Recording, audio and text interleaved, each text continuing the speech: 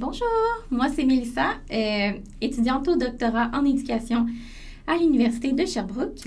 Et moi, c'est Andréane, je suis orthopédagogue et j'ai fait ma maîtrise en orthopédagogie. Donc, comme deuxième capsule, on vous présente comment aider son enfant en lecture.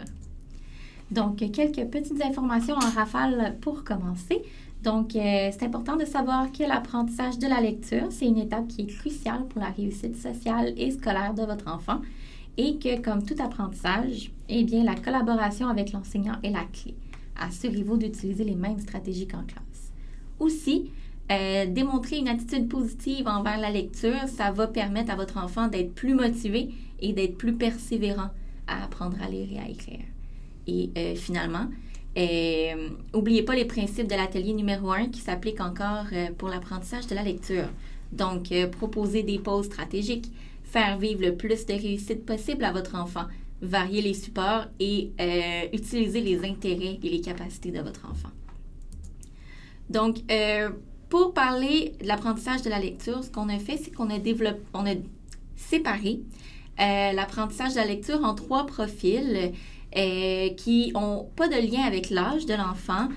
Et aussi, si votre enfant passe plus de temps dans un profil ou à apprendre quelque chose, inquiétez-vous pas, si c'est normal, c'est correct. Donc, le premier profil, c'est le lecteur émergent. Donc, ce qui est à retenir là, dans ce profil-là, c'est que l'enfant va apprendre à manipuler les sons de la langue. Donc, il va entendre raton, il va dire « Ah, j'entends le début d'un son, j'entends rat », comme dans ratata. Ratata. Donc, le mot ne me venait pas, pardon. Mais donc, ça va être de voir qu'il y a des sons qu'on entend quand on parle. Puis, en fait, l'enfant va découvrir que certaines lettres peuvent produire un son. Donc, les graphèmes, qui sont les lettres, ont chacun un son qui leur sont associés. Le deuxième profil, c'est l'apprenti lecteur. Donc, à ce niveau-là, c'est le moment là, où l'enfant va développer des stratégies pour lire les mots qu'il va avoir là, devant lui puis dans le monde qui l'entoure. Donc, il va pouvoir décoder des graphèmes phonèmes, donc de voir qu'une lettre fait un son, puis il va pouvoir le reconnaître aussi globalement des mots. Donc, ça peut arriver là, des fois, vous voyez l'enfant qui dit « Ah, je reconnais, c'est Maxi ». Il va avoir vu le mot, puis il va l'avoir associé, mais il ne va pas nécessairement là, avoir besoin de le lire pour le reconnaître. Ensuite, ça va être le moment là, où l'enfant va commencer à enrichir son vocabulaire, puis à dire « Ah, je suis fâché, ah, je peux être aussi en colère ». Donc, on va aller développer le vocabulaire. Ça va être là un moment où le vocabulaire là, est en expansion. Puis, l'important à ce niveau-là, ça va être de pratiquer la lecture plus. Comme on a dit, c'est un moment pour amener l'enfant à être plus motivé, puis à voir là, que ça peut être pertinent de lire pour apprendre plein de choses. Le troisième profil de lecteur, c'est le lecteur stratège. Oui, c'est à ce niveau-là là, que l'enfant va être capable de bien identifier les mots. Donc, il va pouvoir les reconnaître, il va pouvoir en décoder certains. Puis, là, on va aller, en fait, poursuivre le développement plus de la compréhension. Une fois que les mots, on est capable de bien les lire, là, on va essayer de faire du sens avec ce qu'on lit. Donc, on va essayer de comprendre. Et là, ce qui peut être intéressant à ce niveau-là, ça va être de discuter des lectures, de poser des questions, puis de faire des liens là, avec ce qui est lu avec l'enfant. Donc, on va parler du premier profil qui est le lecteur émergent. Et il y a plusieurs choses qu'on peut venir travailler à cette étape-ci. La première chose, ça va être les lettres. Quel est le nom de la lettre, mais aussi quel son fait la lettre. Ce qu'on pourrait poser comme question à l'enfant, c'est quel son fait la lettre M? Et la réponse de l'enfant devrait être « Hmm ». On peut aussi, à cette étape-ci, travailler les syllabes. Donc, on pourrait demander à l'enfant combien y a de syllabes dans le mot raton, par exemple. Et puis là, on pourrait taper dans les mains et compter raton. Donc, il y a 2 syllabes. Ensuite, on peut aussi travailler les rimes. Donc, une rime, en fait, c'est des éléments qui vont se ressembler là, par leur fin. Donc, je pourrais demander à l'enfant, est-ce que mouton rime avec melon? Et la réponse, ça serait oui. Donc, voici aussi, on vous a préparé une petite liste de matériel qu'on peut utiliser pour parler des lettres et des sons avec notre enfant. Donc, un des premiers outils qui existent, c'est les abécédaires. En fait, les abécédaires, ce sont des livres où il y a toutes les lettres de l'alphabet, puis il y a soit des images ou des mots là, qui sont associés avec la lettre vedette du livre. Il en existe vraiment tout plein là, qu'on peut utiliser. On vous a aussi fait une petite liste de matériel qu'on peut utiliser pour stimuler les sens de l'enfant quand on apprend les lettres et les sons. Donc, si on veut stimuler, par exemple, le sens visuel, eh bien, on irait avec, évidemment, des livres, des supports écrits, mais aussi avec des images et des jeux de mémoire. Si on voudrait travailler plus le tactile, on voudrait passer par un apprentissage tactile, on pourrait y aller avec de la pâte à modeler, avec du sable, avec de la neige. Si on y allait avec le sens de l'audition, on pourrait aussi utiliser des livres audio et lire avec l'enfant. Et si on voulait passer par le goût, on pourrait, par exemple, manger une soupe qui a des lettres. Puis essayer d'aller voir, je cherche dans ma soupe la lettre M. Et sinon, ce qu'on peut faire aussi, c'est d'utiliser les objets de la maison. Vous savez, tout plein d'éléments dans la maison. Donc, ça peut être de dire à l'enfant, on va trouver des objets qui commencent par la lettre B ou, sans lui dire la lettre, on veut des objets qui commencent par le son B.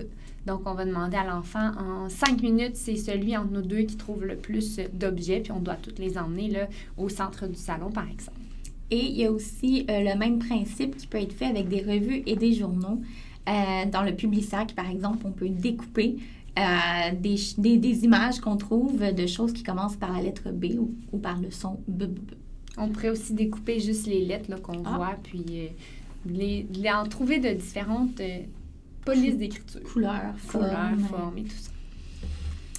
À cette étape-ci aussi, pour travailler les syllabes, c'est important de travailler avec des mots qui sont courts, qui sont significatifs et on étire les sons. Aussi savoir que pour l'enfant, c'est plus facile de travailler une syllabe à l'oral qu'à l'écrit. Donc, on commence oralement avec son enfant à parler des syllabes. Puis ça va éviter en même temps de faire certaines confusions là, avec les « e » muets dans certains mots pour pas que l'enfant dise, au lieu de dire « banane », me lise « banane ». Donc, c'est une façon là, à l'oral d'éviter ce petit problème. Donc, ce que vous pouvez faire là, comme exemple, ça pourrait être de taper dans les mains entre chaque syllabe, comme on vous a présenté tantôt avec raton, pour compter les syllabes ou pour simplement les séparer. On pourrait aussi effacer une syllabe d'un prénom. Si je prends par exemple Andréane et j'enlève le « an », il me reste Dréane, ou je pourrais enlever la fin de mon nom. Donc, Anne, il me resterait André. Donc, on peut jouer avec ça. Puis, sinon, on pourrait croquer des syllabes. Donc, de dire, par exemple, avec le mot « carotte », si j'enlève le premier son, ça serait... Ici, le premier son, c'est le C qui fait « k », pardon. Donc, on aurait « arotte » ou on pourrait enlever la première syllabe qui ferait « k ». On l'enlève, ça fait « rotte ». Donc, c'est rigolo. Ensuite, ce qu'on pourrait faire, c'est sauter là, dans des cerceaux, puis de couper le mot en même temps. Donc, je reprends encore carotte. Donc, carotte, j'ai 2 syllabes. Et aussi, à cette étape-ci, on peut travailler les rimes. Ce qu'il faut retenir, c'est que c'est plus facile pour vos enfants de reconnaître que 2 mots riment plutôt que de trouver des mots qui riment. Donc, ça veut dire que, par exemple, si on dit est-ce que... je sais pas moi, pizza rime avec lama, eh bien là, c'est facile pour l'enfant, du moins plus facile, de reconnaître que ça rime, que plutôt de lui demander « trouve-moi des mots qui riment avec pizza ». Oui. Donc, ce qu'on peut faire souvent quand on va lire un album jeunesse ou autre livre, c'est qu'il va y avoir là, des phrases dans le livre qui vont rimer. Par exemple, on pourrait avoir le mouton qui donne un bisou sur le front de son bébé. Donc, mouton pourrait rimer avec front. Donc, ça va être de dire à l'enfant, c'est quoi les mots qui rimaient dans cette phrase-là. On pourrait aussi là, faire deviner un mot selon les indices sur les sons ou les rimes. Donc, je cherche un mot qui commence par P et qui finit par A ou qui rime avec Idza. Ça peut être compliqué, mais on pourrait en trouver. Sinon, encore une fois, avec les objets de la maison, on peut essayer de trouver « trouve-moi quelque chose qui rime avec salon », puis apporte l'objet dans le salon. Ou faire des rimes rigolotes, comme la pizza mange le lama. Et donc, on passe au deuxième profil qui serait l'apprenti lecteur.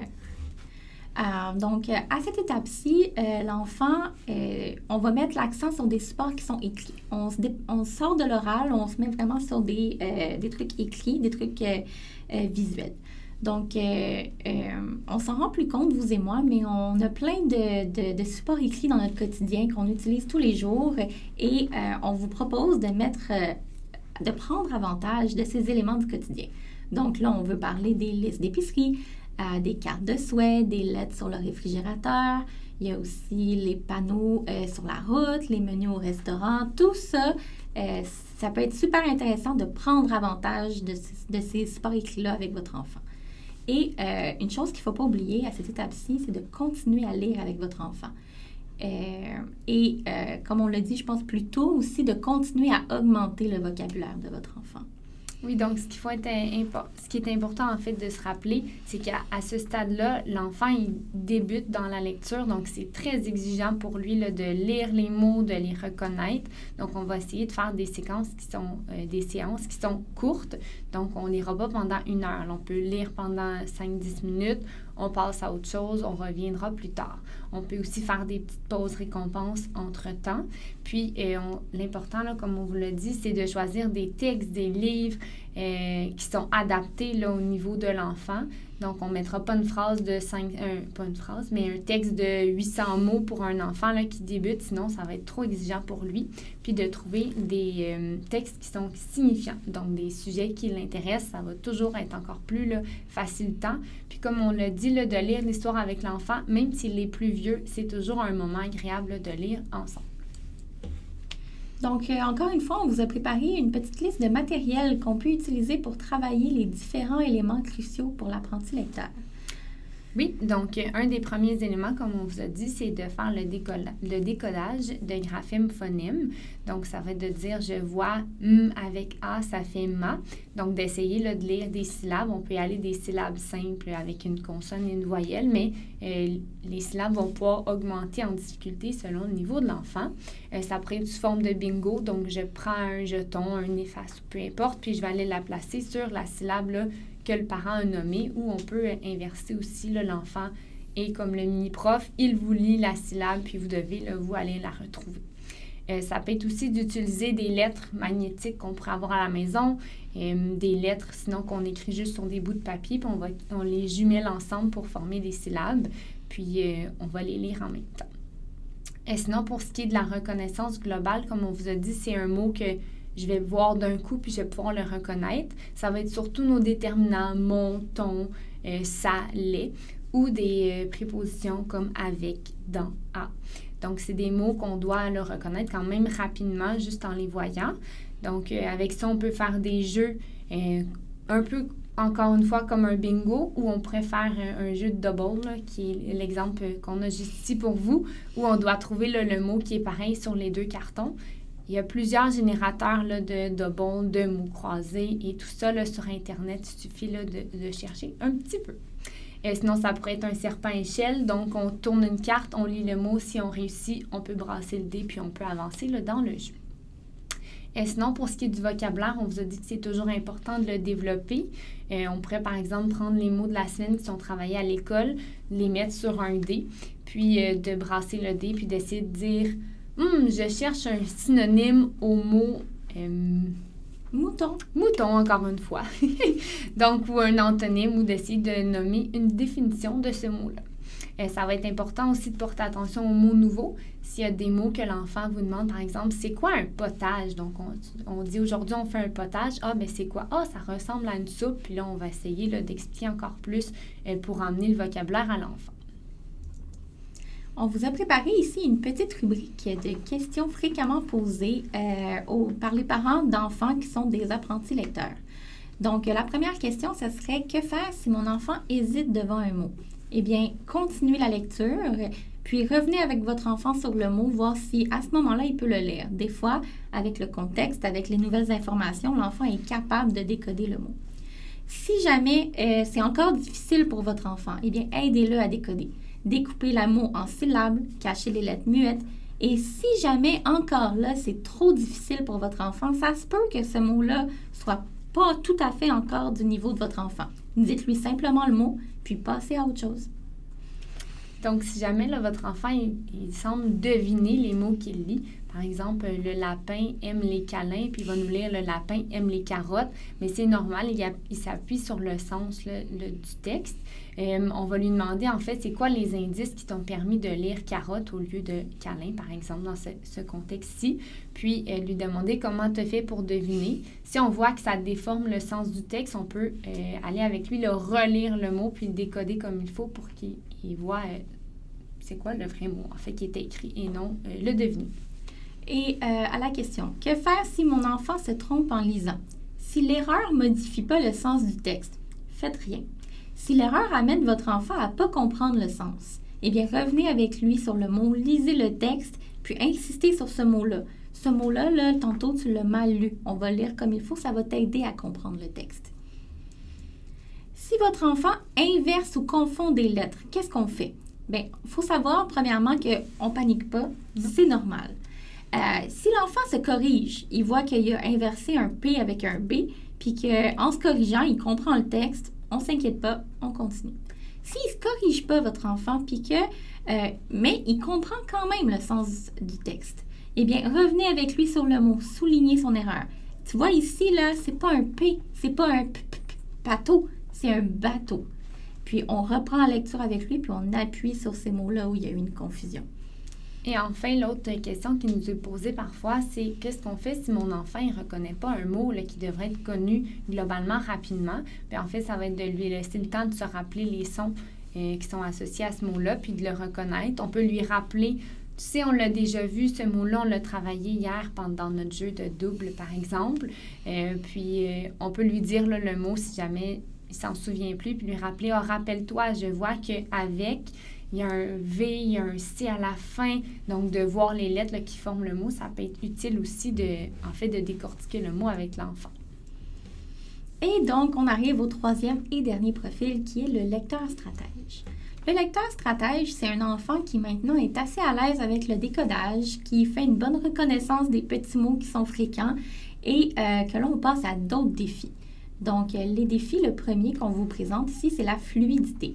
Qu'est-ce que c'est, Andréane, la fluidité de lecture? En fait, la fluidité en lecture, ça se manifeste par une capacité de l'élève ou de l'enfant à lire un texte avec exactitude. Donc, de lire les bons mots, de les lire quand même avec une rapidité. Donc, on ne s'arrête pas à chacun des mots, on lit avec fluidité. Hein? C'est un peu ça ce que ça veut dire. Puis avec expression, donc de dire la phrase « le lapin est gentil ».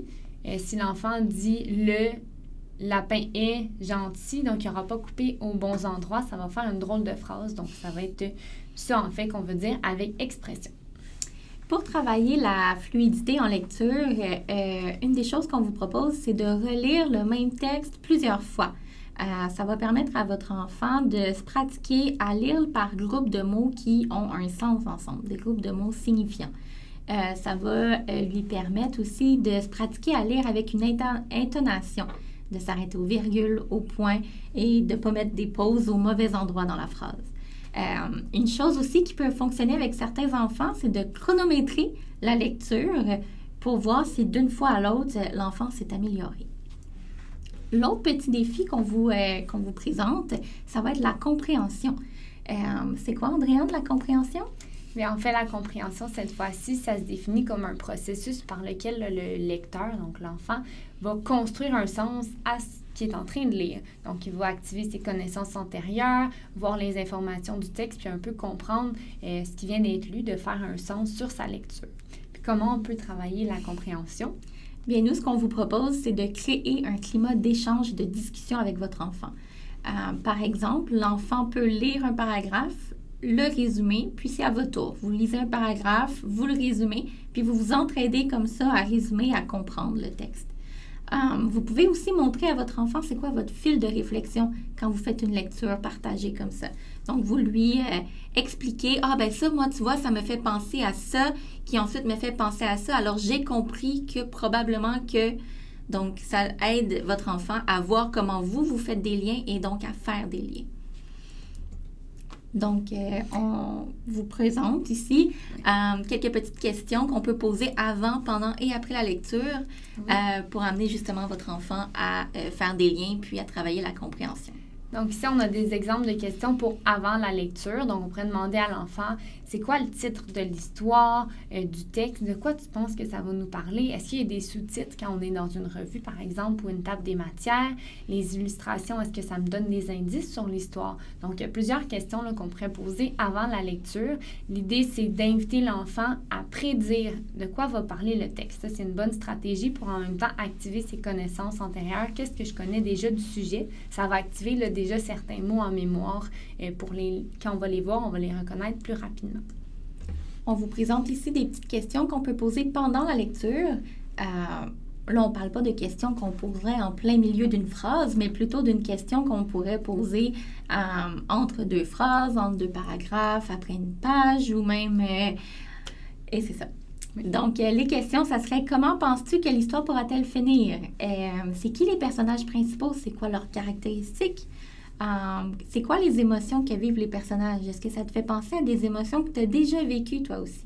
Est-ce que tu aimes l'histoire? Est-ce qu'elle est intéressante, rebondissante? Et aussi, une petite technique qu'on vous propose, si jamais le livre vous appartient, c'est de demander à votre enfant, au moment de sa lecture, de surligner les mots qu'il trouve difficiles pour qu'ensuite, vous puissiez revenir avec lui sur le mot, puis l'aider à le décoder puis à le comprendre. Puis enfin, après une lecture, ce qui va être intéressant, c'est savoir si on a aimé l'histoire, donc de réagir à l'histoire, puis aussi de rappeler un peu l'histoire. Donc, de demander à l'enfant, est-ce que toi, tu as aimé l'histoire? Est-ce que tu as aimé la fin, les personnages? C'est quoi les éléments là, dans l'histoire, les péripéties ou les informations que tu as trouvées intéressantes ou importantes? Puis aussi, ce qui peut être intéressant, c'est de dire, est-ce que tu aimerais ça relire cette histoire-là une autre fois? Pourquoi ou à qui conseillerais-tu là, de lire cette histoire-là? L'idée, c'est d'éviter de submerger l'enfant avec un trop grand nombre de questions, autant avant, pendant ou après. On peut cibler aujourd'hui, pour ce livre-là, on va lire on va poser, pas lire, on va poser des questions juste avant de lire ou on va en poser plutôt plus à la fin. Donc, c'est de ne pas submerger l'enfant, mais de cibler quelques questions, 2, 3, puis de les développer. Donc, tu as aimé l'histoire? Oui. OK, mais on va développer un petit peu. Et on passe donc à la dernière partie de notre diaporama. Quels sont les conseils et les suggestions qu'on a pour vous? Donc, déjà, une situation qui arrive parfois, c'est les enfants qui n'aiment pas lire. Alors, qu'est-ce qu'on fait?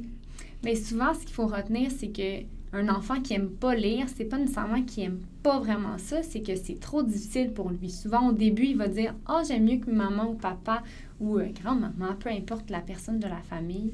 Il veut qu'on lise pour lui, c'est que pour lui, c'est encore difficile. » Donc, on peut faire différentes choses pour l'aider à aimer lire. Donc, on vous propose, premièrement, d'augmenter la motivation de votre enfant. Donc, donnez-lui des choix de lecture, des choix d'endroits pour lire. Utilisez ses forces et ses intérêts. Si votre enfant aime les dinosaures, trouvez plein de livres sur les dinosaures. Intégrez la lecture aussi dans d'autres activités. Je pense que précédemment, on vous a proposé des jeux, on vous a proposé des activités, puis on va vous en proposer aussi à la diapo future. Oui, suivant. Donc, même quand on va là, au restaurant, comme on avait dit tantôt, « Ah, je cherche le mot brocoli, il est où? » Donc, on peut aller là, fouiner dans les éléments du quotidien pour regarder tout ça. L'autre aussi, c'est d'être un bon modèle, donc d'insister là, sur le plaisir puis l'utilité de lire. « Ah, regarde, je suis en train de lire la pancarte pour savoir où m'en aller. » Donc, ça m'aide à lire. Ou de dire « Ah, je veux savoir quoi manger, je ne vais pas juste pointer au hasard dans mon menu. » Mais en fait, ça m'aide de pouvoir lire. Puis, on peut y aller aussi sur l'aspect plaisir. Donc, on aime ça lire, nous aussi, et on démontre là, une attitude qui est positive. Même nous, si on trouve ça un peu difficile, on peut se prendre quelque chose de plus simple, même pour nous, pour montrer là, à l'enfant que nous aussi, on lit. Donc, c'est le moment là, de ranger notre téléphone quand l'enfant lit, puis de nous aussi là, être un modèle en lisant, nous aussi. La dernière chose qu'on vous propose aussi, c'est de diminuer les exigences puis d'augmenter les réussites de votre enfant. Donc, si votre enfant trouve ça difficile de lire, bien, on peut lui proposer des textes qui sont plus courts que ce qu'on lui propose habituellement. Des textes qui sont plus simples. On peut revenir plusieurs fois sur le même texte. Comme ça, votre enfant, à chaque fois, c'est plus facile pour lui de lire le texte et donc il y a plus de réussite. Et aussi, si votre enfant, c'est vraiment difficile pour lui, bien, peut-être que c'est une bonne idée de revenir travailler des choses qui étaient peut-être plus tôt dans l'apprentissage de la lecture. Peut-être que c'est pas bien acquis. Ou si ce l'est, peut-être que le fait d'avoir plusieurs réussites va motiver votre enfant à avancer dans son apprentissage de la lecture. On vous a mis ici là, des exemples d'activités de lecture. On va passer, là, mais n'hésitez pas à appuyer sur pause pour les regarder là, si jamais ça va trop vite pour vous. Donc, ce qu'on peut faire, c'est des activités autour de la lecture. Donc, je pense là, récemment au livre Les Méchants de la collection Scholastique. Ils ont fait un film là, tiré du livre, donc ça pourrait être intéressant de lire les livres, puis après ça, d'aller voir le film. Là, il n'est plus au cinéma, mais vous pouvez aller le visionner à la maison. On pourrait dessiner son passage préféré de l'histoire ou de faire une pièce de théâtre. Donc là, on y va là, vraiment dans l'aspect créatif autour de la lecture. On pourrait aussi là, se dessiner dans cet univers-là ou inventer une autre histoire là, en lien avec cet univers. Ce qu'on vous propose aussi, c'est de faire un carnet de suivi ou un carnet où on note, on dessine ou on scrapbook les livres qu'on a lus. Un peu comme un petit carnet dans lequel on peut voir quel livre on a lu. Déjà, c'est motivant de voir qu'on en a lu autant, mais aussi, ça nous permet de faire une activité autour de la lecture. Puis ce qui pourrait être intéressant aussi, c'est si vous êtes plusieurs familles à le faire ou plusieurs membres dans la famille, bien, on pourra se l'échanger là, avec des autres amis. Aussi, on avait faire de la co-lecture. Donc ça, c'est de s'asseoir soit avec le même livre, on lit chacun un paragraphe, on lit chacun une phrase, ou je le lis une fois, tu le lis. Donc, on va vraiment faire un moment d'échange là, de lecture ensemble. On peut aussi abonner son enfant à une revue en lien avec ses intérêts. Je ne sais plus si ça se fait encore, mais dans mon temps, on avait les débrouillards qui étaient très scientifiques. Ça existe encore. Ça existe encore. Oui. Bien, ça, c'était le genre de revue que moi, j'aurais aimé être si j'étais enfant. À lire. Donc, il existe encore une fois sous plusieurs sujets d'intérêt. Donc, ça peut être intéressant pour ça. Aussi, vous pouvez vous intéresser aux lectures de vos enfants. Ah, j'ai vu que tu avais lu plusieurs fois plusieurs livres d'une même collection. Donc, on va s'intéresser à ces lectures. Qu'est-ce que tu aimes de ce livre-là? On peut poser des questions puis faire des liens.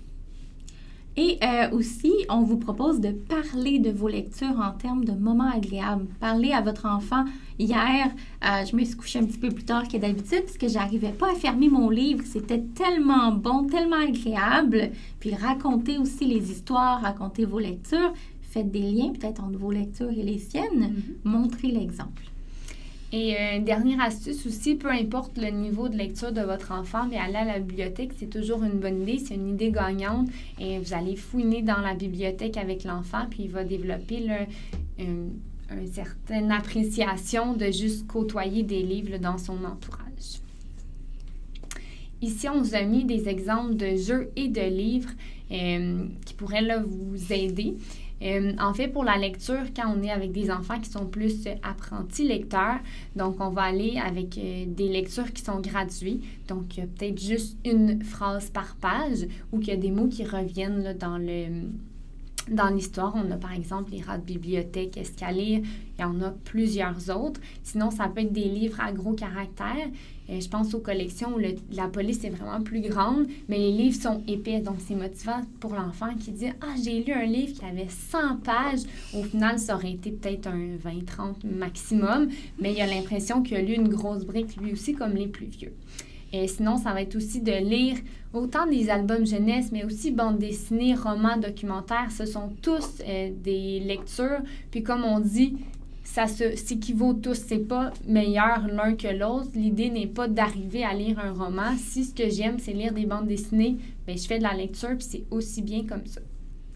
Sinon, ce qu'on peut faire aussi, c'est jouer à des jeux de société pour développer la lecture, travailler les syllabes, le vocabulaire, mais même juste de lire les instructions. C'est une façon là, de lire puis de voir comme quoi c'est utile. Il y a les jeux placotes qui existent, il y a beaucoup là, de jeux pour pratiquer la lecture. Pour les syllabes, il y a un jeu qui est quand même ancien. Ça fait pas ancien, mais ça fait longtemps qu'il existe. Pour travailler là, les syllabes.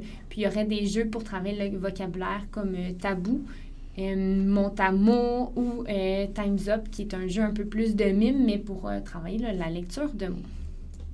Et on vous a aussi fourni une liste de sites Internet qu'on trouvait intéressants, qui sont tous autour de la lecture. Oui, ils vont se situer là, les liens sous les notes de la vidéo. En fait, ceux sur lesquels on voulait attirer votre attention, c'est par exemple le jeu Grimoire sur AlloProf qui est interactif et qui permet là, de travailler plus précisément la compréhension. Puis sinon, il y a l'application Bookily qui offre vraiment une variété de livres qui a été mise à jour là, très récemment aussi. Puis le personnage là, se déplace dans le monde entier. Donc, c'est comme une petite quête là, que l'enfant développe en même temps en lisant. Puis enfin, là, à la fin, les 4 dernières ressources, ce sont plus des documents que vous pouvez imprimer puis pratiquer là, avec l'enfant, comme un cahier là, de syllabes, par exemple. Et donc, les éléments à retenir de cette deuxième capsule. Eh bien, premièrement, il faut travailler les éléments qui correspondent au niveau de lecture de votre enfant. Si c'est un lecteur émergent, eh bien, on travaille les lettres, les sons, les syllabes, les rimes. Si c'est un apprenti lecteur, on va plutôt travailler le décodage, la reconnaissance globale. Et si c'est un lecteur stratège, on va travailler plus la compréhension et la fluidité. Aussi, à retenir, c'est important de prendre avantage des intérêts de votre enfant. Trouver des livres qui vont attirer son intérêt. Dernière chose aussi, c'est d'avoir du plaisir ensemble autour de la lecture, de créer des bons souvenirs. Et puis ça c'est en lien avec le petit astuce en bas de la diapo. C'est lire avec l'adulte, discuter avec l'adulte, partager des beaux moments autour de la littératie. Ça reste toujours des activités qui sont gagnantes. Puis vous pouvez toujours aller à la bibliothèque. C'est un moyen qui est non dispendieux de passer un bon moment. Puis ça peut être tous les dimanches, on va à la bibliothèque passer 1 heure. C'est court dans le temps, mais ça crée en même temps une routine. Puis on se rappelle, comme dans la capsule numéro 1, que les routines, c'est important. Donc, ça peut être une façon là, de développer un amour de la lecture pour tous. Donc, on voulait vous remercier d'avoir écouté notre capsule et on vous dit à une prochaine fois pour la capsule 3 qui va être sur l'écriture cette fois-ci. Bonne journée!